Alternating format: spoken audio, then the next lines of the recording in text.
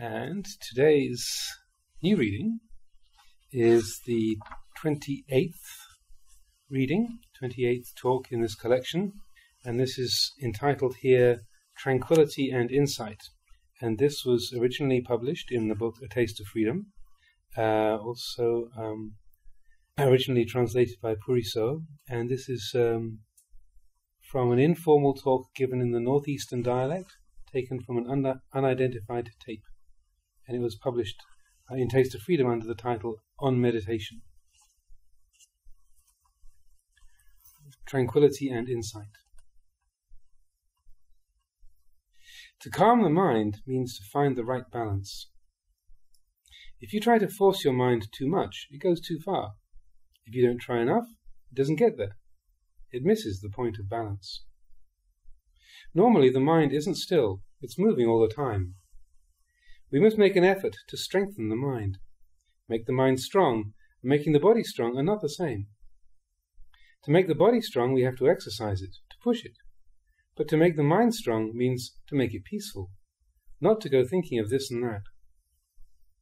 For most of us, the mind has never been peaceful. It has never had the energy of samadhi.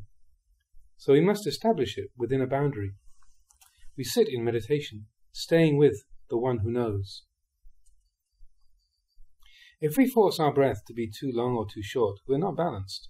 The mind won't become peaceful. It's like when we first start to use a pedal sewing machine.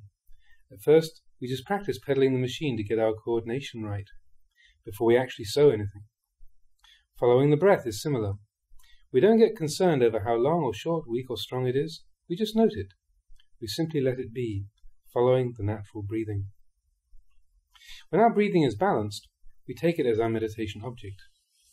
When we breathe in, the beginning of the breath is at the nose tip, the middle of the breath at the chest, and the end of the breath at the abdomen. This is the path of the breath. When we breathe out, the beginning of the breath is at the abdomen, the middle at the chest, and the end at the nose tip. Simply take note of this path of the breath, at the nose tip, the chest, and the abdomen, then at the abdomen, the chest, and the tip of the nose. We take note of these 3 points in order to make the mind firm, to limit mental activity so that mindfulness and self-awareness can easily arise. When our attention settles on these 3 points, we can let them go and note the in and out breathing, concentrating solely at the nose tip or the upper lip, where the air passes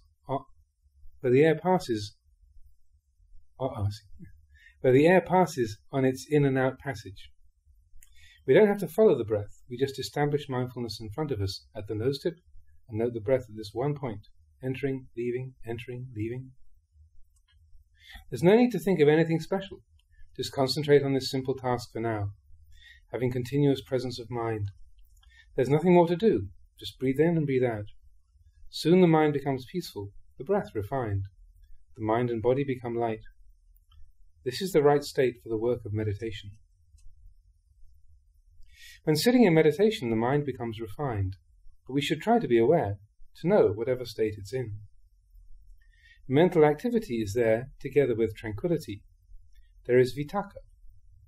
Vitakka is the action of bringing the mind to the theme of contemplation. If there's not much mindfulness, there will be not much vitakka. Then vichara, the contemplation around that theme, follows. Various weak mental impressions may arise from time to time, but our self-awareness is the important thing. Whatever may be happening, we know it continuously. As we go deeper, we are constantly aware of the state of our meditation, knowing whether or not the mind is firmly established. Thus, both concentration and awareness are present. Having a peaceful mind does not mean that there's nothing happening. Mental impressions do arise. For instance, when we talk about the first level of absorption, we say it has 5 factors. Along with vitakka and vichara, piti arises with the theme of contemplation, and then sukha. These 4 things all lie together in the mind that is established in tranquility. They are as one state. The 5th factor is ekaggata, or one-pointedness. You may wonder how there can be one-pointedness when there are all these other factors going on as well. This is because they all become unified on that foundation of tranquility. Together, they're called a state of samadhi. They are not everyday states of mind. they are factors of absorption. There are these 5 characteristics, but they do not disturb the basic tranquility.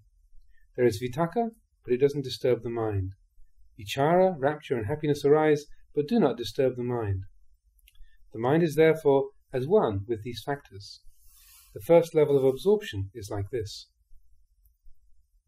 We don't have to call it first jhana, second jhana, third jhana, and so on.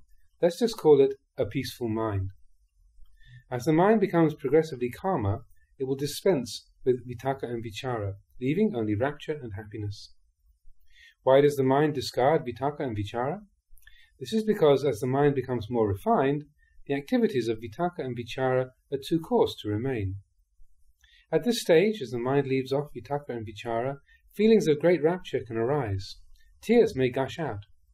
But as the samadhi deepens, rapture too is discarded, leaving only happiness and one-pointedness. Until finally even happiness goes, and the mind reaches its greatest refinement.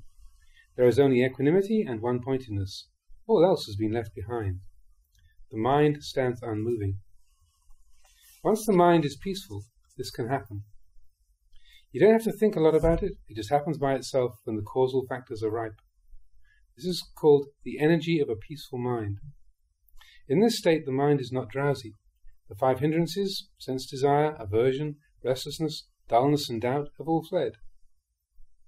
But if mental energy is still not strong and mindfulness is weak, there will occasionally arise intruding mental impressions. The mind is peaceful, but it's as if there is a cloudiness within the calm. It's not a normal sort of drowsiness, though. Some impressions will manifest. Maybe you'll hear a sound or see a dog or something. It's not really clear, but it's not a dream either. This is because these 5 factors have become unbalanced and weak. The mind tends to play tricks with these levels of tranquility. Imagery will sometimes arise when the mind is in this state through any of the senses, and the meditator may not be able to tell exactly what's happening. Am I sleeping? No. Is it a dream? No, it's not a dream. These impressions arise from a middling sort of tranquility. But if the mind is truly calm and clear, we don't doubt the various mental impressions or imagery which arise. Questions like, did I drift off then? Was I sleeping? Did I get lost? They don't arise, for they are characteristics of a mind which is still doubting. Am I asleep or awake? Here, the mind is fuzzy. This is the mind getting lost in its moods. It's like the moon going behind a cloud. You can still see the moon, but the clouds covering it render it hazy. It's not like the moon, which has emerged from behind the clouds, clear, sharp, and bright. When the mind is peaceful and established firmly in mindfulness and self-awareness, there will be no doubt concerning the various phenomena which we encounter. The mind will truly be beyond the hindrances. We will clearly know everything which arises in the mind as it is. We do not doubt, because the mind is clear and bright.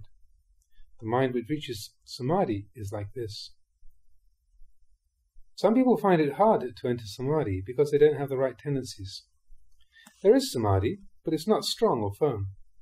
However, one can attain peace through the use of wisdom, through contemplating and seeing the truth of things, solving problems that way. This is using wisdom rather than the power of samadhi. To attain calm in practice, it's not necessary to be sitting in meditation. For instance, just ask yourself, hey, what is that? And solve your problems right there. A person with wisdom is like this.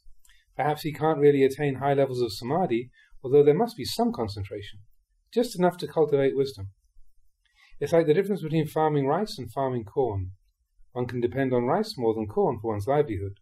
Our practice can be like this. We depend more on wisdom to solve problems. When we see truth, peace arises. The two ways are not the same. Some people have insight and are strong in wisdom, but do not have much samadhi. When they sit in meditation, they aren't very peaceful.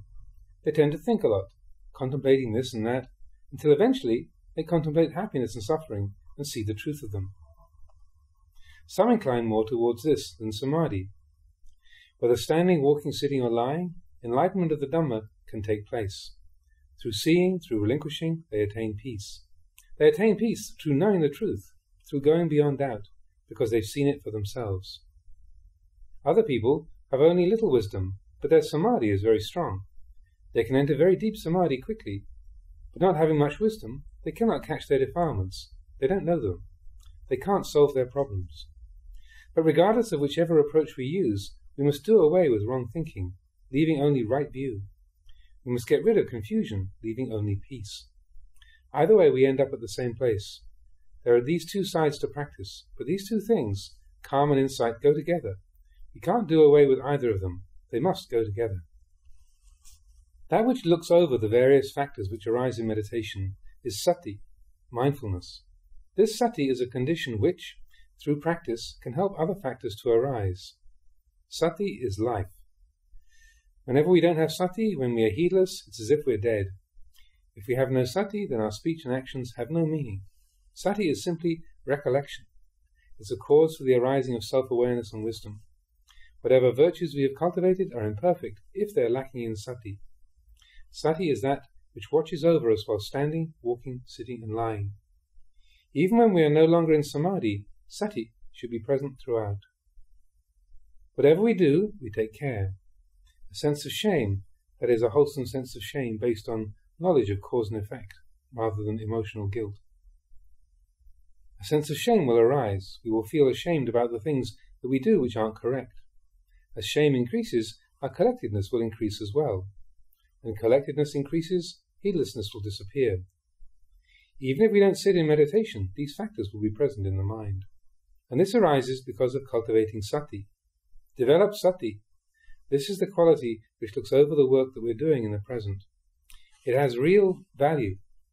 We should know ourselves all the time. If we know ourselves like this, right will distinguish itself from wrong. The path will become clear, and the cause for all shame will dissolve. Wisdom will arise.